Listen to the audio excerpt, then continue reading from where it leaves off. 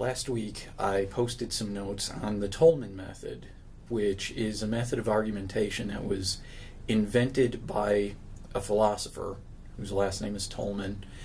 And what is useful about the Toulmin Method is it gives scalability to an argument. And by that I mean it allows you to figure out how large or how small your argument is going to be so that you know what relevant information that you can incorporate into your argument,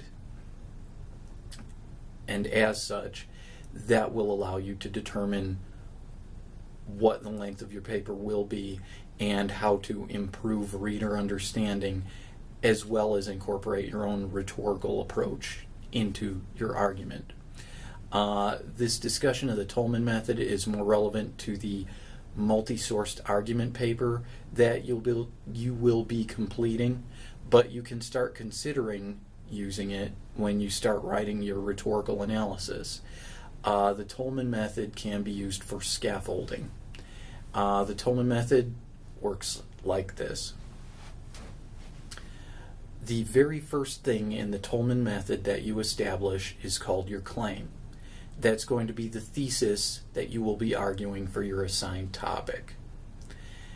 The claim needs to very clearly communicate your position, and you can think of it as being a thesis statement, like that first statement that comes in at the beginning of your paper, or you can think of it as a topic sentence for a paragraph, and this is why I call this scaffolding and use the term scalability.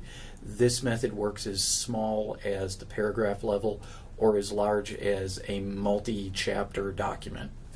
So, with your claim, consider your thesis. It can be a multi-point thesis or it can be a single-point thesis. The very next thing that you bring in is going to be your data. That's the second element in the Toulmin Method of argumentation. What supporting evidence have you found that supports your claim? That's what you would bring in. And so it creates a logical flow. You start with a claim, such as, I believe that all schools should move to a school uniform dress code. Okay, you've clearly stated your position regarding your topic. The reason that I believe this, here's my data, is that in 90% of schools that have adopted a uniform dress code, truancy and tardiness have dropped 500%, and students are more excited about learning. Test scores have gone up. There's your data. Warrant is the third element of the Toulmin Method. The warrant explains how the data supports your claim or how your assumption connects the data to your claim. So in several cases, your audience will need some kind of justification for that. So when was this study undertaken? Is it a study that created my data a really long time ago, or is it a current study? In what country, in what context? The warrant basically justifies to your reader your use of that data. It may be really sort of a logical stretch for your audience to understand why your data supports your claim without pulling that warrant in. So all three of those are very critical. Claim, data, and warrant are absolutely necessary for a strong argument. Next, you will find one that is optional. That's called backing. That's further logic or reasoning that supports your warrant. In some cases, that's not going to be required. Maybe the connection is very clear.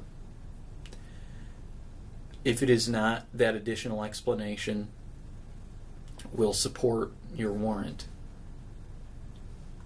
Now, you can stop there. You can construct an argument using claim, data, warrant, and optionally backing.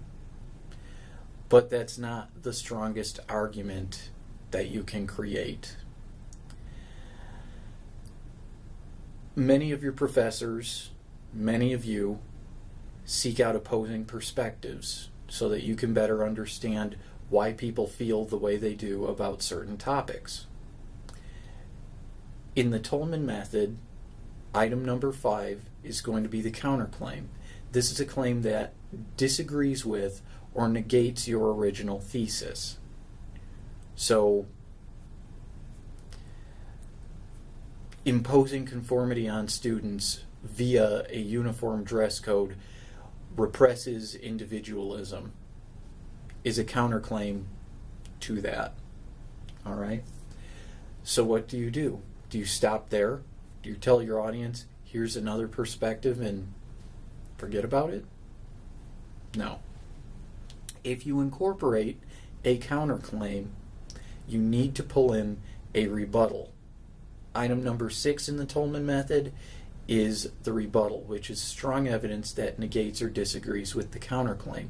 So you might come in and explain that in all studies undertaken, students who were able to adapt to a uniform dress code had no difficulty expressing individuality in or out of the classroom. The strong evidence may be a direct attack on the data that the counterclaim incorporates. Maybe the data that they use is out of date, or they used a biased measure. Now, incorporating a counterclaim does have some risks. When you are planning, when you are constructing your argument, you may look at a counterclaim and find that it has a stronger position than your original claim. What you should do in that case is re-examine your claim.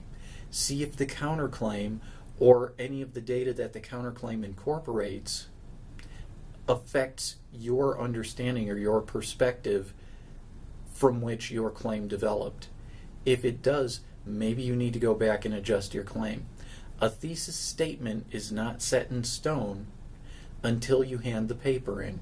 You can always go back and adjust it or incorporate additional points into your thesis statement in order to make it broader and give your paper more scope.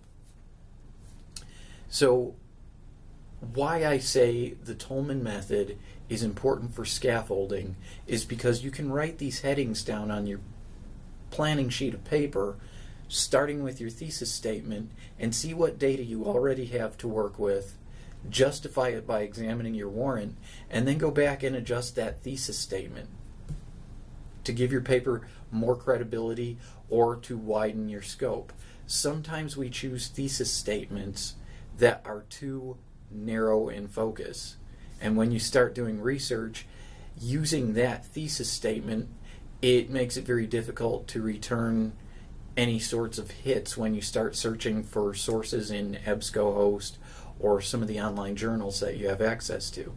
Sometimes you need to take a giant step back and widen that thesis statement. From in the Callaway County school system, uniforms need to be adopted at all high school and middle school levels because student behavior is out of control. Might be a little too specific, but if you take a giant step back and go, adopting school uniforms has multiple benefits. That gives you a platform for one, a multi-point thesis where you would name those benefits, and then that would give you sections for your paper. And two, it would give you a much broader discussion of various regions in the U.S. where school uniforms have been adopted, where they have not been adopted. But if you go into laser focus mode down to Callaway County school system specifically, you're going to find that it's just too specific to argue that. So, when it comes right down to it, the moral of the story here is consider the Toulmin Method as another tool that you can incorporate into paper writing and paper planning that might help you get an idea of how intimidating or how unintimidating your paper should be.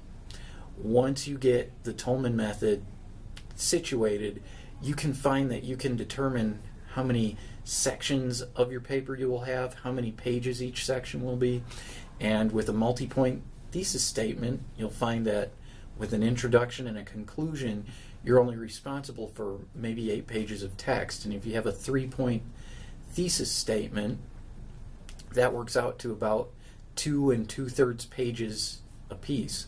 So leading in with a good claim based off each point, you only have to write maybe 2 to 3 paragraphs per section of the paper. And suddenly this is a really easy paper to knock out because it becomes so much shorter perspective-wise. So consider that.